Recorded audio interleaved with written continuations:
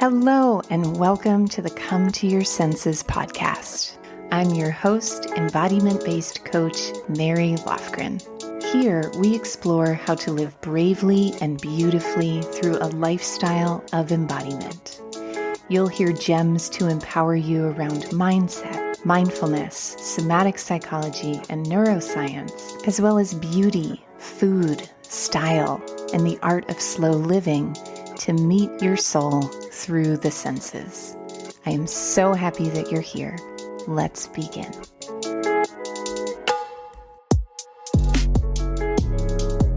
Hello, everyone, and welcome to Come to Your Senses. I am thrilled to have you as my guest for the third installment in a series on embodied goal setting. If this is your first time listening to any part of the series, do not fret. You don't have to go back and listen to the first two episodes, although you can if you like. And one of the main differences that we've talked about in creating an embodied goal is starting with sensation and putting feeling first. And that emotions, rather than being distractions from your ability to be productive, from this more embodied perspective, are the fuel that actually propels us forward when emotions can be met with a certain level of intelligence and embodied intelligence. And this week, what we're going to talk about is the line or the statement that you might be familiar with, which is everything is energy, and how to ensure that you are putting your energy in the most useful place when it comes to your goal. That statement, everything is energy, includes your goals. Your goals are energy, and the energy that you put towards your goals is mental, and it's emotional, and it's physical. And today, we are going to talk about how to be an empowered steward of your energy on the inner and on the outer, rather than asking the questions of, how can I get more motivation?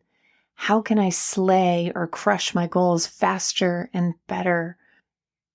Why do I say I want one thing and then I go and I do the exact opposite thing? If these are questions that you notice your mind asking, it's possible that it's not that you can't figure out the answer.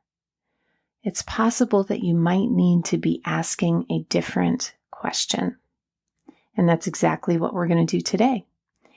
And in embodied intelligence coaching, which is my signature coaching system and is currently open for enrollment and closes for enrollment this Thursday, this is the basis of everything that we do, is we take frozen life force that is frozen in the physical body, the emotional body, the mental body, the spirit body, and we return it to a state of flow. And something I love about the style of coaching that I do, which is actually called feminine embodiment coaching, is that as someone who's been socialized as a woman, and as someone who walks through the world identifying as a woman, the pressures that are put on my body, the expectations that are put on my body, the types of things that I excel at and the way that I excel at them, the types of things that bring me regulation, all of these things are very unique to my experience as a feminine identified being. And if you are someone who identifies with or as feminine, you might also have tried many, many methods of traditional coaching, even embodiment-based methods that have given you a result, and a valuable result at that, but that perhaps were not inclusive of your sensual aliveness and your sensual intelligence, and that perhaps were not inclusive of the unique gifts of your deep intuition and your limitless creativity. Not to mention the way that a resplendent feminine nervous system instantly relaxes in the presence of beauty. And so if you are looking for an experience of being supported in creating a new chapter in your life, or meeting a goal or a desire that you've had for a really long time, but haven't been able to figure out because it's not something that can be figured out. It has to be felt through. Or if you can sense that using your mind, while brilliant, is only spinning you in circles because it's only one aspect of your full system of intelligence. Or if you simply want to feel more femininity, sensuality, beauty, richness, ripeness, and relaxed, alluring magnetism in your everyday, I strongly suggest that you head to embodiedintelligencecoaching.com. That link will be below this episode. It is the only service that I offer at this time because it is the one thing that I know creates results. There are 12 weeks of fully supported, immersive embodiment coaching, empowering group mastermind experiences, access to my personal collection of the most useful tools that I have come across in the self-coaching library, and a creative diary of discovery that is delivered to your home as a companion to your experience in embodied intelligence. All of these aspects of the program serve one main goal, which is reclaiming your access to choice. When we are stuck in the habitual conditioning of the mind and life force is frozen into the tissues and the neural pathways in the body, we are stuck in acting out the familiar, even if it doesn't serve us. We don't make different choices because we can't even see different choices.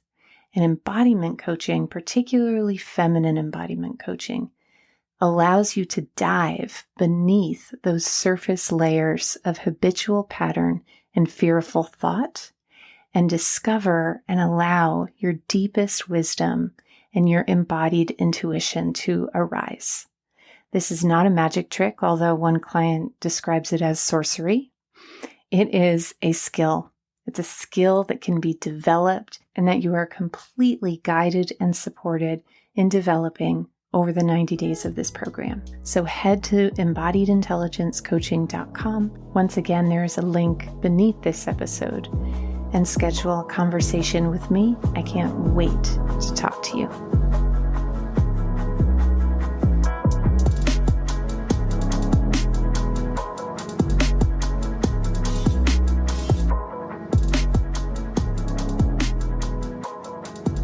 So have you ever had the experience with a goal where you find yourself engaging in behavior that directly contradicts that goal? Like, let's say you want to save money and you notice yourself shopping kind of impulsively and compulsively.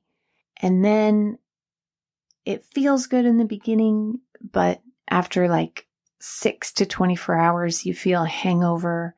And then you say, God, what's wrong with me? I do this every time. I'm so undisciplined. I must have a fear of success. You know, all these shaming analyses. And then you think, tomorrow I'm going to cut up my credit cards, or tomorrow I'm going to start reading the Wall Street Journal every day, because if I just do something small every day, it's bound to change, right? And sometimes it's not something small. Sometimes it's something massive, like I'm going to use my whole paycheck to pay down my debt and exist on penne pasta and tomato sauce for a week or whatever. some massive, big brushstroke kind of movement. And if we look at this cycle of spend, sad, hungover, shamed, into fist in the air as God is my witness, this will be different next time, we might think that where the root of this pattern lies is with the spending. But what I want to share with you now is something that has massively changed my life and changed the way that I go about breaking old patterns and going after my goals differently, which is my experience and understanding of the addiction of resolve. Resolve is that fist in the air moment. I am going to do this differently. I will be different. This summoning of the will. And some of my clients describe this as the pusher, that adrenalinized, I don't know if that's a word, but I use it all the time, so it is today, that adrenalinized part that for me feels like a pitchfork at my back, always edging me forward, regardless of whether I'm ready or not. It moves so much faster than the pace of my actual embodied wisdom. And it can never be satisfied because it's not here to be satisfied. It's here to keep pushing. And I want to share with you something that my therapist has shared with me that really gave me a different understanding of how these patterns of what some might call self-sabotage around our goals play out. And it's called the pressure cycle. And this is originally the work of Erica Thiessen. So if you imagine a wheel or a circle, and at the top of the circle is the pressure, something that we wish we could control, but we really have ultimately no control over. So I'm going to use my dog being sick at the top of the wheel. My little system, my little attachment system that has pretty much been hopelessly enmeshed with this creature since the first time I held her little mange-covered body 9 years ago at the doggy shelter, can't handle the fact that this might be it for Winnie. I'll keep you all posted, but it's kind of not looking good. And so what I find myself doing is I'll do some of my compulsive behaviors that provide an immediate sense of relief and distraction. So if we were to look at the wheel or the circle, this would be moving down and to the right, kind of at the 3 o'clock position if we were looking at a clock. So those behaviors might be something like scrolling my phone at the veterinary office until I feel like I can't see straight.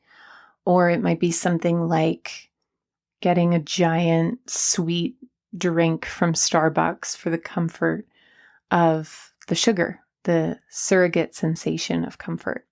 It might also be obsession with resentment at someone out of the blue. It might also be addictive positive thinking or denial about Winnie's situation. Any number of distractions can emerge to alleviate the intensity of the pressure that I can't control what happens to Winnie's life. And then, so if we're looking at the wheel, looking at the clock, we go down to the 6 o'clock position. And those behaviors, while they provide an immediate temporary sense of relief, lead to a deeper sense of despair. God, what's wrong with me? I spend all this time on my phone throughout the day. Or perhaps with the resentment that I've been obsessing over, then I might feel some old wounds of abandonment and shame and unlovability, and where anxiety has dipped down below the horizon line into despair. And when your system is in that lowered state of despair, this is a parasympathetic state. If we look at the fight or flight spectrum, this is where we have hypoarousal as opposed to hyperarousal. And this is where we see fawn and freeze, and where we go into what's called a dorsal vagal state. And this is where we have hopelessness, despair, kind of feeling like the Walking Dead, fuzzy, dissociated. And I share all of this with you, this information about the nervous system, because when we are in that below the horizon line state, what is necessary to bring us back up again is a little squirt, or maybe a big squirt of adrenaline. These neurotransmitters and hormones and chemicals that bring our energy up.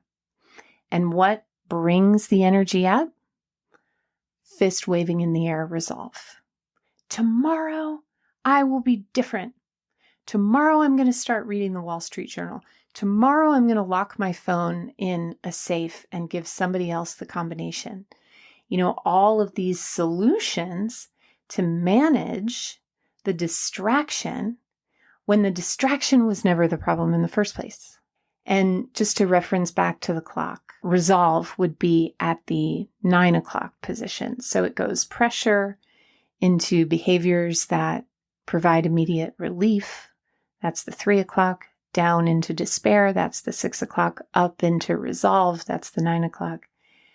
And then after resolve, what happens is we now just meet the pressure one more time, but now we have this added pressure of needing to read the friggin' Wall Street Journal every day.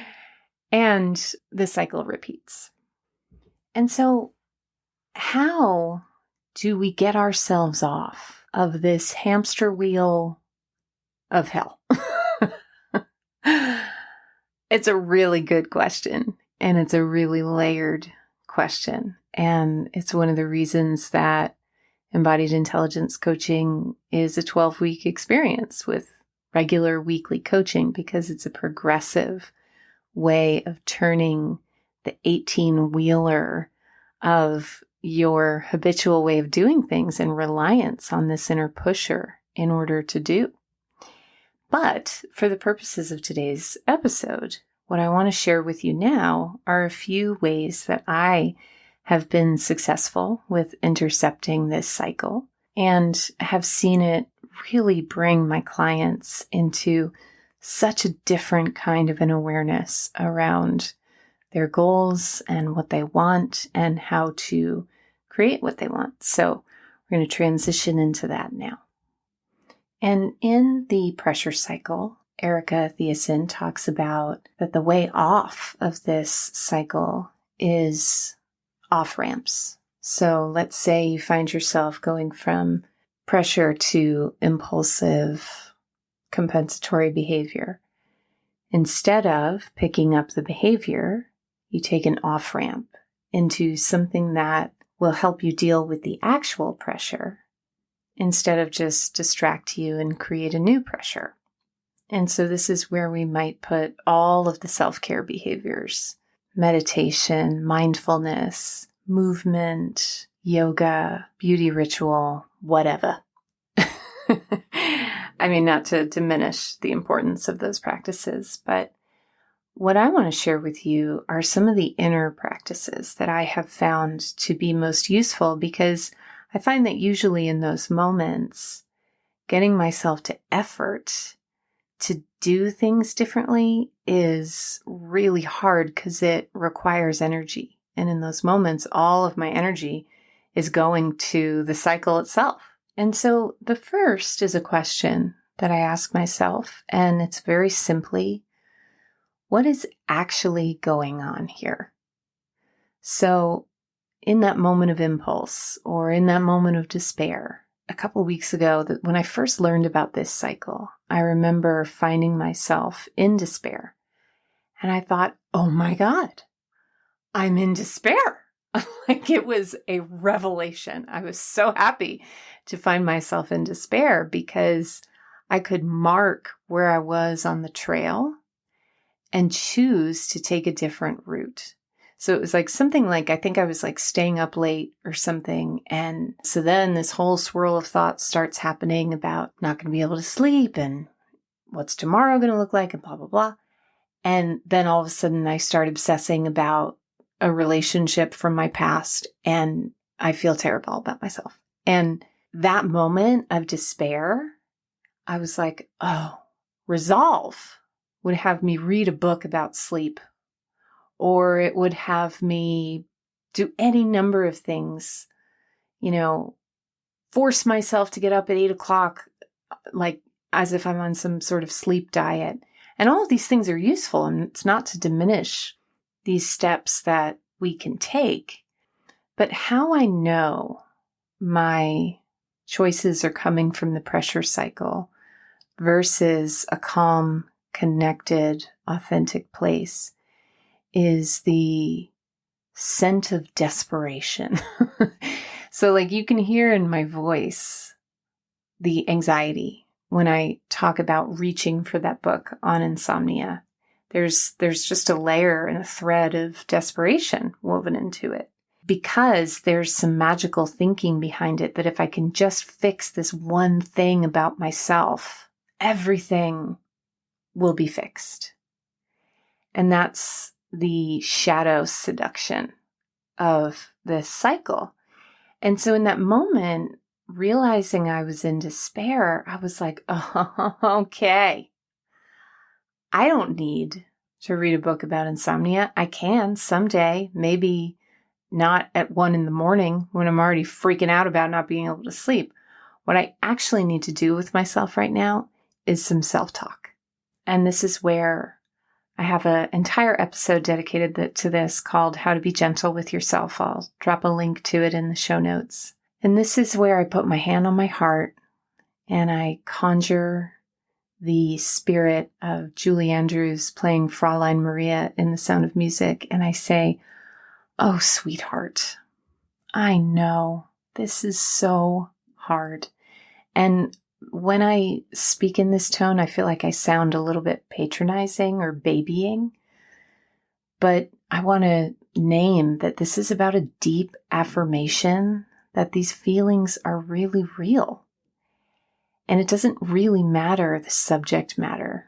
The feelings are what matter. Just like a little baby might freak the hell out about you peeling their banana when they wanted to peel it. It's like you don't shame the baby for their degree of emotion. You just say, yes, I know. It's hard. And there will be more bananas. And so when I comfort myself with self-talk, another thing that I'll do is I'll feel the feeling through. So just like the earth has its crust and its sediment and its layers and its rock and its hot lava core, isn't it so cool that volcanoes just connect to that center of the earth lava? I just think that and that's what creates the earth. I swear to God, I didn't smoke a joint before this podcast. I just am marveling at lava at the moment. Nature's umbilicus. Anyway, just like the earth has these many layers, our emotions have many layers. So just yesterday, I was noticing some obsessive, fearful thoughts while I was making some waffles, actually. And I put down the butter and the syrup and the knife. And I just said to myself, sweetheart, what's really going on here? And there was a layer on the surface of fear and obsession that for me presents as kind of like a young horse kicking against a stall door, like just this kind of tension in my body. So I felt that and I said, thank you. And then I felt a layer below that. What's the feeling beneath the feeling? And the feeling beneath the feeling was just, I feel alone. It's really hard being alone on a Sunday with a sick pup and having cared for her for 3 weeks and not knowing what's wrong with her. And that sadness felt soggy in my heart and in my torso. And I allowed that for a moment. And then I said, thank you. What else is here? What's the feeling beneath the feeling? And what's interesting is that at the center of these feelings, these difficult, tense, soggy, less desirable feelings, even though the body has no preference around these feelings. It just wants to feel how it feels, but the mind has a lot of opinions and preferences around these feelings. What's usually underneath when we allow ourselves to just feel is an open-hearted state. That dropped in, curious flow state. It's not the feeling itself that causes the discomfort and the suffering. It's the grasping and the tightening and the fighting against the feeling. Now, I want to just make one disclaimer here, which is that if you suffer from PTSD, trauma is a little different. The same technology can apply and does apply, but when you're in a trauma response, or if you're experiencing frequent panic or terror, that's a little different. That's a body mayday help. And that's when the self-coaching aspect can be helpful, but really is the domain of a therapist and a trauma therapist. So I always like to just qualify that, because I would try these tools for a long time with my own experiences in PTSD and just kind of felt like I was making it worse. And so take what you like and leave the rest with that one. So following the feeling, kind self-talk. Another way to intercept this cycle is a worksheet that I do with clients often, which is just simply writing at the top of the page whatever the situation is, whatever the pressure is, and then writing what I can and what I can't control. So can't control the fact that I live alone in this moment. Maybe in the future I can make some changes there, but I can control reaching out to a friend and saying, hey, I am cooped with a capital C. What do you think about coming over or having me come over there? And that leads me to another important off-ramp, which is that self-regulation tools are essential and important. But as human beings, we are herd mammals and we need to co-regulate. We need to be around others. Just that interaction and seeing that person's face and making eye contact and receiving a hug can instantly shift the state of your body and the state of your mind. And so to tie all of this back to goal setting and to moving in an embodied way towards your goals, maybe your goal is to save money. Maybe it's to decorate your home in a way that feels like a warm, cozy hug from a very stylish person when you walk in the door.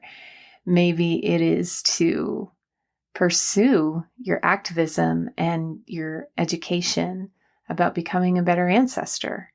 Whatever your goal happens to be, you will most likely encounter the pressure cycle at some phase in your journey, because the pressure cycle is an automatic response to growth. And so the last gem is falling in love with your future. Of course, we know that the future cannot be predicted or controlled, but it can be dreamed into existence, and it can be something that pulls us forward as an alternative to being pushed at our back. And something that I do to fall in love with my future is to regularly visit with your future self.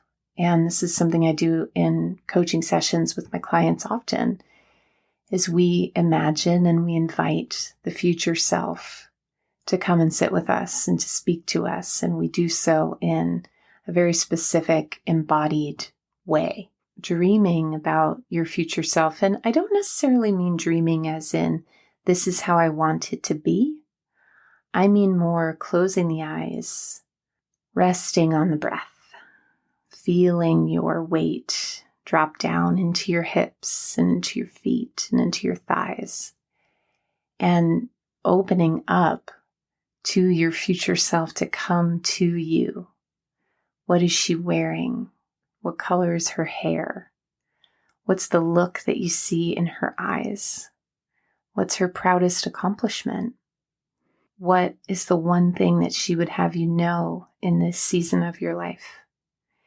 If she reached into her pocket and handed you a gift, what would it be? Where would you meet her? Would it be in a garden? Would it be in a desert? Would it be by a sparkling beach? And just as I talk about these things and I see my own silver fox future self, I feel so excited. I have no idea what my future beholds, but just the possibility that I could become what I'm seeing behind my eyelids right now really inspires me to show up as the woman that I want to be. And so, my loves, thank you as always for the privilege of dancing between your eardrums wherever you are in the world. I would be so delighted to meet you if you would rate and review the podcast. And once again, this is the final week to join Embodied Intelligence Coaching. And sometimes you'd be surprised at what answers get revealed just in a simple conversation. And so if you feel drawn to the embodied path and you resonate with what you hear at Come to Your Senses, I would be delighted to have a conversation about being your companion and your guide on that path. So head to embodiedintelligencecoaching.com. Once again, you can find that link below this episode. And thank you so much for listening. I will see you next week.